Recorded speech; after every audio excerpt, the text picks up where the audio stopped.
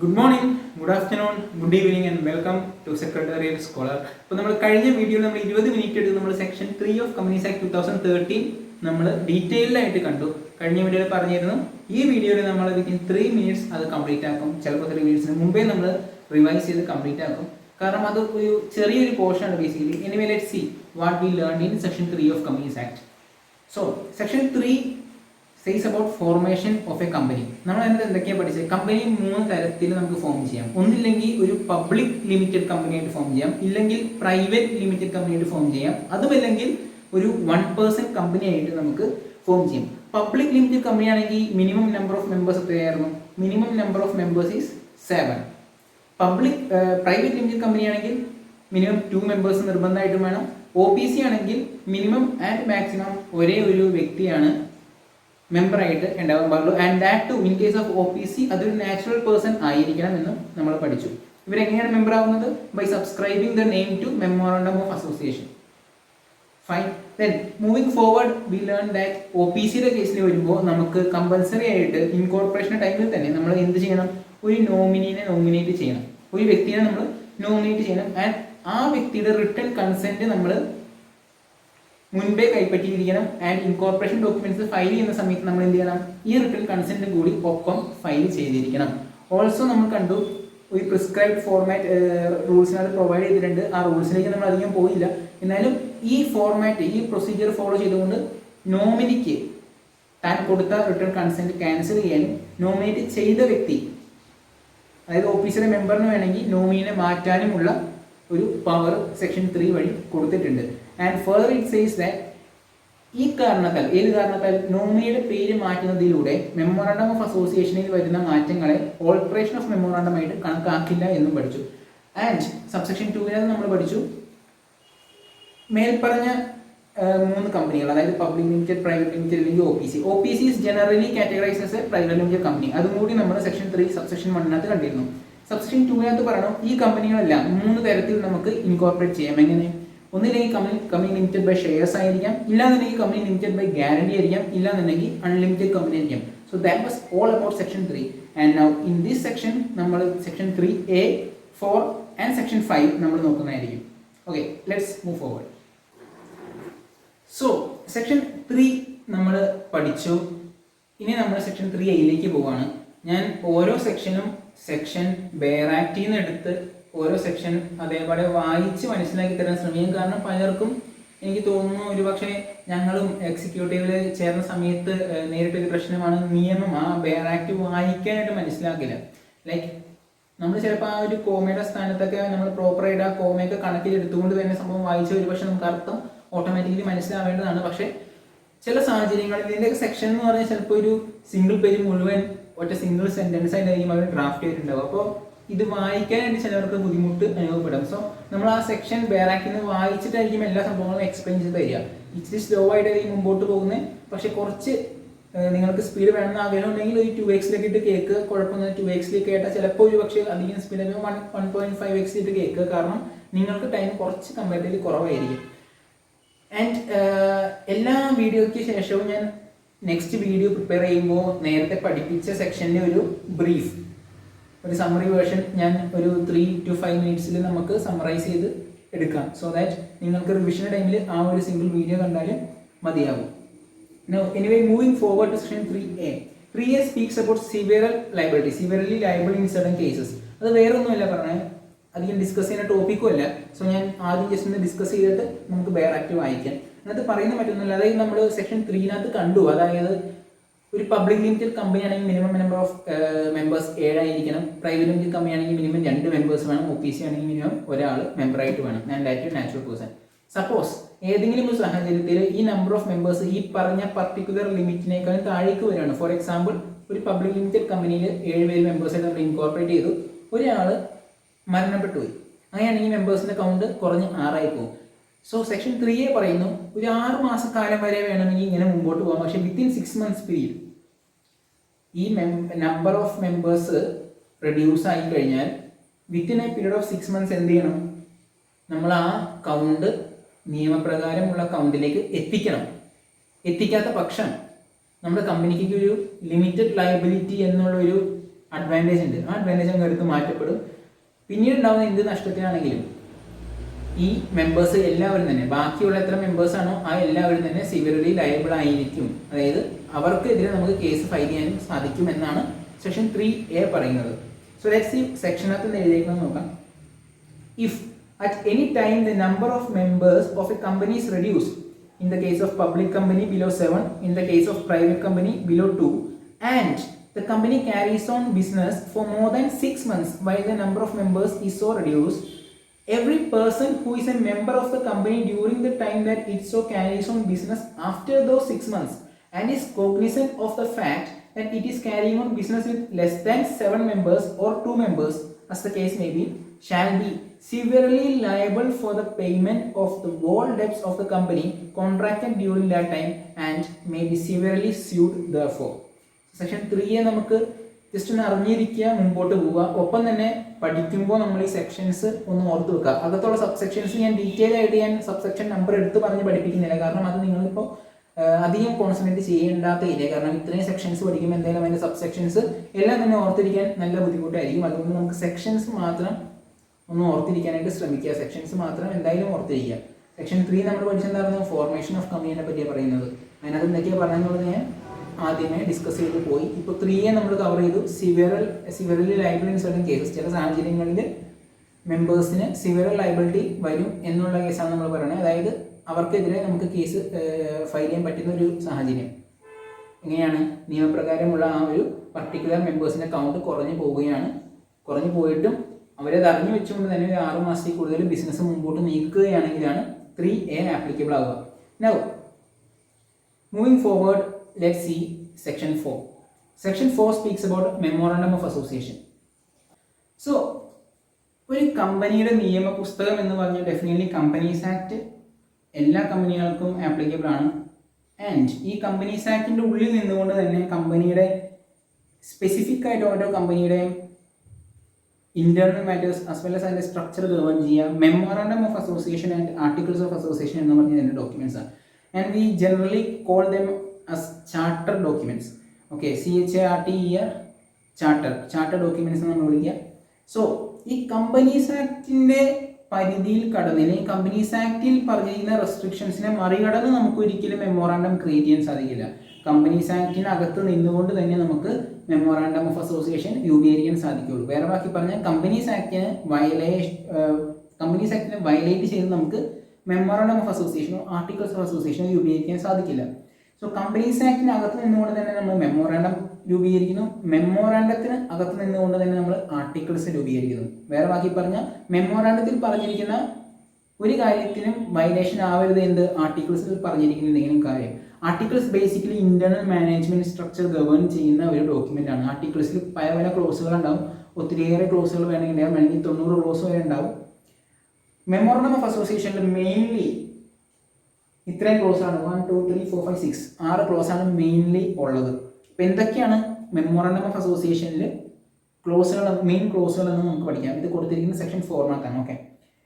So first one, name close. Name close വേറെ ഒന്നുമില്ല, നമ്മുടെ കമ്പനിയുടെ പേരാണ്. നമ്മുടെ കമ്പനിയുടെ പേര് ഫസ്റ്റ് തന്നെ ഉണ്ടാകും. ദെയർ ആഫ്റ്റർ രജിസ്റ്റേർഡ് ഓഫീസ് എവിടെയാണ് സിറ്റുവേറ്റ് ചെയ്തിരിക്കുന്നത് ആ സ്റ്റേറ്റിൻ്റെ പേരുണ്ടാകും. ഒബ്ജക്ട്സ് ക്ലോസ്, നമ്മളുടെ കമ്പനി എന്തിനു വേണ്ടിയാണ് ഫോം ചെയ്തിരിക്കുന്നത് അതാണ് ഒബ്ജക്ട്സ് ക്ലോസിനകത്ത് ഉണ്ടാവുക. നമ്മൾ ആദ്യം name application, actual incorporation procedure എന്ന് പറഞ്ഞാൽ നമ്മൾ നെയിം ആപ്ലിക്കേഷൻ കാര്യങ്ങളൊക്കെ മൂവ് ചെയ്യും. നെയിം ആപ്ലിക്കേഷൻ മൂവ് ചെയ്യുന്ന സമയത്ത് നമ്മൾ പേര്, നമ്മൾ കമ്പനിക്ക് ഏതാണ് ഇടാൻ ഉദ്ദേശിക്കുന്നത് ആ ഒരു പേര്, നമുക്ക് ഓപ്ഷൻസ് ഉണ്ട്. 2 പേര് ആദ്യം ആപ്ലിക്കേഷൻ ടൈമിൽ നമുക്ക് മൂവ് ചെയ്യാൻ സാധിക്കും. ആൻഡ് വൺസ് മൂവ് ചെയ്ത് കഴിഞ്ഞാൽ പ്രോബബ്ലി ഒരു 5 to 7 ഡേയ്സിനുള്ളിൽ അവിടെ നിന്ന് അപ്രൂവലോ ഇല്ലെങ്കിൽ എന്താ റീസബ്മിഷനോ റിജക്ഷൻ എന്താണെന്ന് വെച്ചാൽ അവർ തരും നമുക്ക്. അപ്പോൾ വൺസ് ഈ പേര് ആപ്ലിക്കേഷൻ നമ്മൾ മൂവ് ചെയ്യുന്ന സമയത്ത് നമ്മൾ എന്ത് ചെയ്യും, നമ്മളുടെ കമ്പനിയുടെ ഒബ്ജക്റ്റും കൂടി നമ്മൾ ഡ്രാഫ്റ്റ് ചെയ്യും. മെയിൻ ഒബ്ജക്റ്റ് എന്താണ്, നമ്മൾ എന്തിനു വേണ്ടിയാണ് കമ്പനി ഇൻകോർപ്പറേറ്റ് ചെയ്യുന്നത് എന്നുള്ള കാര്യം കൂടി നമ്മൾ ഡ്രാഫ്റ്റ് ചെയ്തിട്ട് ഈ ആപ്ലിക്കേഷൻ്റെ കൂടെ നമ്മൾ പ്രൊസീഡ് ചെയ്യും. ആ സെയിം ഒബ്ജക്റ്റ് തന്നെയാണ് ഇവിടെ ഒബ്ജക്ട്സ് ക്ലോസിൽ മെമ്മോറാണ്ടത്തിൽ നമ്മൾ കാണിക്കുക വൺസ് അപ്രൂവ്ഡ് ആയി കഴിഞ്ഞാൽ. Then comes liability close. Liability close വേറെ ഒന്നുമില്ല, എങ്ങനെയാണ് ഈ കമ്പനിയിലെ മെമ്പേഴ്സിന് ലയബിലിറ്റി എന്നുള്ളതാണ് നമ്മൾ നേരത്തെ പഠിച്ചു സെക്ഷൻ 3 എങ്ങനെയായിരിക്കാം കമ്പനിയുടെ ലൈബിലിറ്റി. ഒന്നില്ലെങ്കിൽ ലിമിറ്റഡ് ബൈ ഷെയർസ് ആയിരിക്കാം, ഇല്ലാന്നുണ്ടെങ്കിൽ ലിമിറ്റഡ് ബൈ ഗ്യാരണ്ടി ആയിരിക്കും, ഇല്ലെങ്കിൽ അൺലിമിറ്റഡ് കമ്പനി ആയിരിക്കാം. അപ്പോൾ അത് എന്താണ് എന്നുള്ളത് ലൈബിലിറ്റി ക്ലോസ് നമ്മൾ വ്യക്തമാക്കിയിരിക്കും. And in case of company having share capital ഇല്ലാതെയും കമ്പനി നമുക്ക് ഇൻകോർപ്പറേറ്റ് ചെയ്യാം. അതും വരുന്ന വീഡിയോസ് എപ്പോഴെങ്കിലുമൊക്കെ ആയിട്ട് ഞാൻ ഡീറ്റെയിൽ ചെയ്യാം. ഇനി കമ്പനി ഹാവിംഗ് ഷെയർ ക്യാപിറ്റൽ ആണെങ്കിൽ ആ ക്യാപിറ്റലിൻ്റെ ബൈഫർക്കേഷൻ എങ്ങനെയായിരിക്കും? അതായത് കമ്പനിക്ക് ബേസിക്കലി ഒരു സ്ട്രക്ചർ ഉണ്ടാവുക, ഒരു authorised capital, paid up capital. എനിക്ക് തോന്നുന്നു കൊമേഴ്സ് ബാക്ക്ഗ്രൗണ്ടിൽ നിന്ന് വന്നവർക്ക് എല്ലാവർക്കും അറിയാമായിരിക്കും. ഓതറൈസ്ഡ് ക്യാപിറ്റൽ എന്നൊരു കൺസെപ്റ്റ് ഉണ്ട്, പെയ്ഡ് അപ്പ് ക്യാപിറ്റൽ എന്നൊരു കൺസെപ്റ്റ് ഉണ്ട്. ഓതറൈസ്ഡ് ക്യാപിറ്റൽ എന്ന് പറഞ്ഞാൽ നമ്മളുടെ the limit within which the company can raise funds, അതായത് ഒരു ഔട്ടർ ലിമിറ്റ് ആണ്. ആ ഒരു ലിമിറ്റിന് അപ്പുറത്തേക്ക് നമുക്ക് ഫണ്ട് ഇല്ലെങ്കിൽ ക്യാപിറ്റൽ കൊണ്ടുവരാൻ സാധിക്കില്ല, ഇല്ലെങ്കിൽ ഇൻവെസ്റ്റ്മെന്റ് കൊണ്ടുവരാനായിട്ട് സാധിക്കില്ല. പെയ്ഡ് അപ്പ് ക്യാപിറ്റൽ എന്ന് പറഞ്ഞാൽ നമ്മൾ ഇൻകോർപ്പറേഷൻ ടൈമിൽ കൊണ്ടുവരുന്നതും അല്ലെങ്കിൽ പിന്നീട് എപ്പോഴെങ്കിലൊക്കെ ആയിട്ട് നമ്മൾ ആക്ച്വൽ പൈസ കൊണ്ടുവരുന്ന ആ ഒരു എമൗണ്ട് ഉണ്ട്, അതാണ് പെയ്ഡ് അപ്പ് ക്യാപിറ്റൽ എന്ന് പറഞ്ഞാൽ കമ്പനിയിലേക്ക് നമ്മൾ ഇൻവെസ്റ്റ് ചെയ്യുന്ന എമൗണ്ട്, അതാണ് paid up capital. Authorised capital എന്ന് പറയുന്നത് ലിമിറ്റ് ആണ്. So may be authorised capital incorporation ടൈമിൽ നമ്മൾ ചിലപ്പോൾ ഒരു 10 lakh ഇട്ടിട്ടുണ്ടാവും. പക്ഷെ ഒരു കാരണവശാലും നമുക്ക് ആ 10 ലക്ഷം അപ്പം തന്നെ കൊണ്ടുവരേണ്ട ആവശ്യമില്ല. ബിക്കോസ് അതൊരു ലിമിറ്റ് നമ്മൾ സ്പെസിഫൈ ചെയ്യുക, കമ്പനിക്ക് ഇത്ര വരെ ഫണ്ട് റേസ് ചെയ്യാമെന്ന് പറഞ്ഞിട്ട്. പെയ്ഡ് അപ്പ് ക്യാപിറ്റൽ എന്ന് പറഞ്ഞാൽ എത്രത്തോളം രൂപയാണ് നമ്മൾ അസ് ഓഫ് നൗ കൊണ്ടുവരുന്നത്, ഇല്ലെങ്കിൽ പിന്നീട് എപ്പോഴെങ്കിലും ഇൻവെസ്റ്റ്മെന്റ് ഒക്കെ ആയിട്ട് വരികയാണെങ്കിൽ നമ്മൾ പെയ്ഡ് അപ്പ് ക്യാപിറ്റൽ കൂട്ടും. ഫോർ എക്സാമ്പിൾ ഇപ്പോൾ 10 ലക്ഷം നമുക്ക് ഓതറൈസ്ഡ് ക്യാപിറ്റൽ ഉണ്ടെന്ന് വിചാരിക്കാം. നമുക്ക് ഇൻകോർപ്പറേഷൻ ടൈമിൽ നമ്മൾ ഷെയർ ഹോൾഡേഴ്സ് കൊണ്ടുവരാൻ ഉദ്ദേശിക്കുന്നത് ഒരു 5 lakh rupees ആണെന്ന് വിചാരിക്കുക. സോ ഇൻകോർപ്പറേറ്റ് ആയ company now the authorised capital എത്രയായിരിക്കും? 10 lakh ആയിരിക്കും. പെയ്ഡ് അപ്പ് ക്യാപിറ്റൽ 5 lakh ആയിരിക്കും. ആൻഡ് സപ്പോസ് ദർ ആഫ്റ്റർ ഒരു ഇൻവെസ്റ്റ്മെന്റ് വരികയാണ് പുറത്തുനിന്ന്, സേ ഫോർ എക്സാമ്പിൾ ഒരു 7 lakh rupees, 7 + 5 എത്രയാണ്? 12 lakh rupees. അപ്പോൾ നമ്മളുടെ ലിമിറ്റ് കടന്നു പോവാണ്. ഓതറൈസ്ഡ് ക്യാപിറ്റൽ എത്രയാണ് നമ്മൾ ഫിക്സ് ചെയ്തിരുന്നത്? 10 lakh ആണ്. Now paid up capital 7 lakh കൂടി ഇൻവെസ്റ്റ്മെന്റ് വരണം എന്നുണ്ടെങ്കിൽ എന്ത് ചെയ്യണം? ഓതറൈസ്ഡ് ക്യാപിറ്റൽ ലിമിറ്റ് നമ്മൾ എന്ത് ചെയ്യണം? ഇൻക്രീസ് ചെയ്യണം. So that what we do generally is നമ്മൾ SH7 റെസൊല്യൂഷനും ബാക്കി ഡീറ്റെയിൽ പ്രൊസീജിയർ ഉണ്ട്. അതിനുശേഷം നമ്മൾ SH7 എന്ന് പറഞ്ഞ ഫോം ഫയൽ ചെയ്ത് നമ്മുടെ ഓതറൈസ്ഡ് ക്യാപിറ്റൽ നമ്മൾ ഇൻക്രീസ് ചെയ്യും. എന്നിട്ട് മാത്രമേ നമുക്ക് ആ ഇൻവെസ്റ്റ്മെന്റ് സ്വീകരിക്കാൻ പറ്റുള്ളൂ. മനസ്സിലായില്ലേ? വേറെ ബാക്കി പറഞ്ഞാൽ പെയ്ഡ് അപ്പ് ക്യാപിറ്റൽ എപ്പോഴും ഓതറൈസ്ഡ് ക്യാപിറ്റലിന് ഉള്ളിൽ നിൽക്കണം, ആ ലിമിറ്റിൽ കവിഞ്ഞ് പോകാനായിട്ട് സാധിക്കില്ല. സോ ബേസിക്കലി അതാണ്. സോ അപ്പോൾ അവിടെ ഈ ക്യാപിറ്റൽ ക്ലോസിൽ വേറെ ഒന്നുമല്ല പറഞ്ഞാൽ ഓതറൈസ്ഡ് ക്യാപിറ്റൽ എത്രയായിരിക്കും, ഇനി പെയ്ഡ് അപ്പ് ക്യാപിറ്റൽ എത്രയായിരിക്കും, ഓരോ ഷെയർ ഹോൾഡേഴ്സ് എത്ര വെച്ചായിരിക്കും കൊണ്ടുവരാൻ ഉദ്ദേശിക്കുന്നത്, ഇതൊക്കെയാണ് നമ്മുടെ ക്യാപിറ്റൽ ക്ലോസിൽ സ്പെസിഫൈ ചെയ്തിട്ടുണ്ടാവുക. ഓക്കെ, ഇനി ലാസ്റ്റ് ക്ലോസസ് നോമിനിയുടെ ഒരു ക്ലോസ്. അത് എവിടെയാണ് വരുള്ളൂ? OPCയുടെ കേസിലാണ് വരുള്ളൂ. OPC നമ്മൾ സെക്ഷൻ 3 പഠിച്ചത് നോമിനിനെ സ്പെസിഫൈ എന്നൊക്കെ പറയുന്നില്ല, അതിപ്പോൾ മെമ്മോറാണ്ടത്തിലാണ് നമ്മൾ സ്പെസിഫൈ ചെയ്യുന്നത്. നമ്മൾ അവിടെ വേറൊരു കാര്യം കൂടി പഠിച്ചിരുന്നു, ഇനി നോമിനിനെ മാറ്റുകയാണെങ്കിൽ അത് മെമ്മോറാണ്ടത്തിൻ്റെ ഓൾട്ടറേഷൻ ആയിട്ട് കണക്കാക്കില്ല എന്നുള്ളത്. വേറെ ബാക്കി പറഞ്ഞാൽ നെയിം ക്ലോസ് ആണെങ്കിലും, സിറ്റുവേഷൻ രജിസ്റ്റർ ഓഫീസിൻ്റെ ക്ലോസ് ആണെങ്കിലും, ഒബ്ജക്ട് ക്ലോസ് ആണെങ്കിലും, ലൈബിലിറ്റി ക്ലോസ് ആണെങ്കിലും, ക്യാപിറ്റൽ ക്ലോസ് ആണെങ്കിലും എന്തെങ്കിലും മാറ്റങ്ങൾ അതിനകത്ത് വരുത്തുകയാണെങ്കിൽ that will be deemed as an alteration of memorandum. അപ്പോൾ നമുക്ക് ഓൾട്ടറേഷൻ ഓഫ് മെമ്മോറാണ്ടം ഒരു പ്രൊസീജിയർ ഉണ്ട്, നമ്മൾ അടുത്ത വീഡിയോസിൽ പഠിക്കും. അപ്പോൾ ആ പ്രൊസീജിയർ ഫോളോ ചെയ്തുകൊണ്ട് മാത്രമേ ആ ഓൾട്ടറേഷൻ നമുക്ക് നടത്തിയെടുക്കാൻ സാധിക്കുള്ളൂ. പക്ഷേ ലാസ്റ്റ് ക്ലോസ്, ഈ ക്ലോസ് മാറ്റുന്നതിൽ ആ പ്രൊസീജിയർ ഫോളോ ചെയ്യേണ്ട ആവശ്യം വരില്ല. That will not be deemed as alteration of memorandum. OPCയുടെ കേസിൽ മാത്രമാണുള്ളൂ. അപ്പോൾ അക്കാര്യം നോക്കുക. Now മൂവിങ് ഫോർവേഡ് നമുക്ക് നോക്കാം സബ്സെക്ഷൻ 2. നമ്മൾ അതിന് മുമ്പ് എന്ന് പറഞ്ഞോടെ നെയിം ക്ലോസ് നമ്മൾ കണ്ടല്ലോ. നെയിം ക്ലോസിൽ പ്രത്യേകത നമ്മുടെ കമ്പനിയുടെ പേര് നമ്മൾ മെൻഷൻ ചെയ്യുമ്പോൾ നമ്മൾ ശ്രദ്ധിക്കേണ്ട ഒരു കാര്യം കൂടിയുണ്ട്. അതായത് ശ്രദ്ധിക്കേണ്ട കാര്യമല്ല, അത് അങ്ങനെയാണ് നമുക്ക് ഇൻകോർപ്പറേറ്റ് അല്ലെങ്കിൽ നെയിം ആപ്ലിക്കേഷൻ മൂവ് ചെയ്യുമ്പോൾ തന്നെ നമുക്ക് അത് പാലിക്കേണ്ട ഒരു കാര്യമാണ്. അതായത് ഇപ്പോൾ സപ്പോസ് ഞാൻ പബ്ലിക് ലിമിറ്റഡ് കമ്പനിയാണ് ഇൻകോർപ്പറേറ്റ് ചെയ്യുന്നതെങ്കിൽ, ഫോർ എക്സാമ്പിൾ ഈ ഹോൾമിയസ് ഞങ്ങളുടെ LLP ആണ്, സപ്പോസ് ഞങ്ങളത് കമ്പനിയായിട്ട് ഇൻകോർപ്പറേറ്റ് ചെയ്യുകയാണെന്ന് വിചാരിക്കുക. അതൊരു പബ്ലിക് ലിമിറ്റഡ് കമ്പനിയായിട്ടാണ് ഞങ്ങൾ ഇൻകോർപ്പറേറ്റ് ചെയ്യാൻ പ്ലാൻ എന്നായിരുന്നെങ്കിൽ ഹോൾമിയസിൻ്റെ പേര് ഹോൾമിയസ് ലിമിറ്റഡ് എന്നായിരിക്കും. വേറെ ബാക്കി പറഞ്ഞാൽ പബ്ലിക് ലിമിറ്റഡ് കമ്പനികളുടെ എല്ലാം പേരിൻ്റെ അവസാനം ലിമിറ്റഡ് എന്ന് പറഞ്ഞ വാക്ക് LIMITED ലിമിറ്റഡ് എന്ന് പറഞ്ഞ വാക്ക് കമ്പൾസറി ആയിട്ട് വേണം. പ്രൈവറ്റ് ലിമിറ്റഡ് കമ്പനി ആണെങ്കിൽ പ്രൈവറ്റ് ലിമിറ്റഡ് എന്ന് പറഞ്ഞ വാക്ക് അതിൻ്റെ അവസാനം കമ്പൾസറി ആയിട്ട് വേണം. സോ ഹോൾമിയസ് പ്രൈവറ്റ് ലിമിറ്റഡ് കമ്പനി ആണെങ്കിൽ ഹോൾമിയസ് പ്രൈവറ്റ് ലിമിറ്റഡ് എന്ന് പറഞ്ഞു വരും.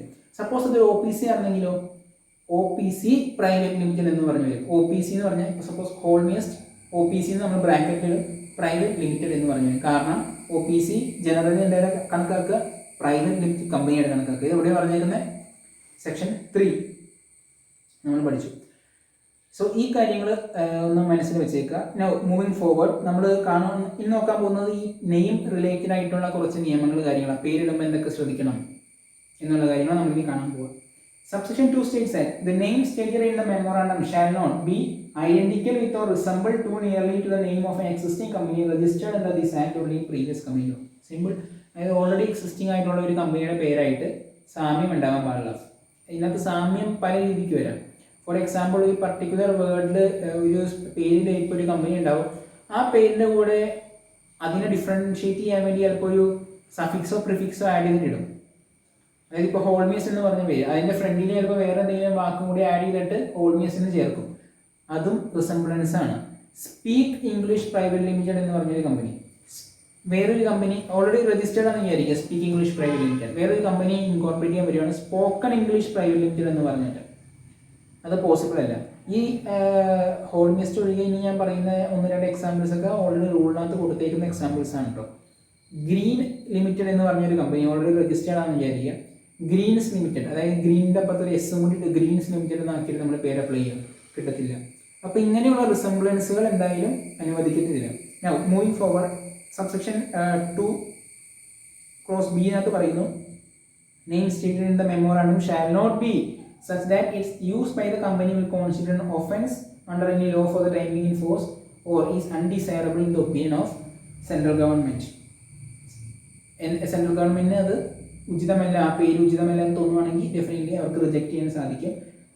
Subsection 3 states that without prejudice to the provisions of subsection 2, a company shall not be registered with a name which contains any word or expression which is likely to give the impression that the company is in any way connected with or having the patronage of the central government, any state government or any local authority, corporation or body constituted by the central government or any state government under any law for the time being in force. പറയുന്ന വേറൊന്നല്ല. For example, ഇപ്പോൾ ഞങ്ങൾ പേരിടുക ഹോൾമിയസ് Kerala limited എന്ന് പറഞ്ഞിടുകയാണെങ്കിൽ ഒരു പക്ഷേ ഇത് കേൾക്കുന്ന വ്യക്തികൾക്ക് ഒരു ഇംപ്രഷൻ മനസ്സിലുണ്ടാവും, ഇത് കേരള ഗവൺമെൻറ് കമ്പനിയാണ് എന്നുള്ളത്. അങ്ങനെ ഇംപ്രഷൻ ഒരിക്കലും നമുക്ക് കൊടുക്കാൻ പാടില്ല എന്നുള്ളതാണ്. അതാണ് സബ്സെക്ഷൻ പറഞ്ഞത്. അപ്പോൾ അങ്ങനെയുള്ള പേരുകളൊന്നും ഒരിക്കലും അനുവദിക്കത്തില്ല. ഓക്കെ, അതായത് നമ്മുടെ പേര് ഒരിക്കലും ആൾക്കാരിൽ ഇങ്ങനെ ഒരു ഇംപ്രഷൻ ഉണ്ടാക്കരുത്. എങ്ങനെ, ഇതൊരു സെൻട്രൽ ഗവൺമെൻറ്റിൻ്റെ എൻറ്റിറ്റി ആയിരിക്കാം, ഇത് സ്റ്റേറ്റ് ഗവൺമെൻറ്റിൻ്റെ എൻറ്റിറ്റി ആയിരിക്കാം, ഇല്ലെങ്കിൽ ഇതൊരു സ്റ്റാറ്റ്യൂട്ടറി കോർപ്പറേഷൻ ആയിരിക്കാം എന്നൊരു ഇംപ്രഷൻ ഒരിക്കലും ആൾക്കാരിൽ ഉണ്ടാക്കാൻ പാടില്ല. അത് നിയമപ്രകാരം അലൗഡ് അല്ല.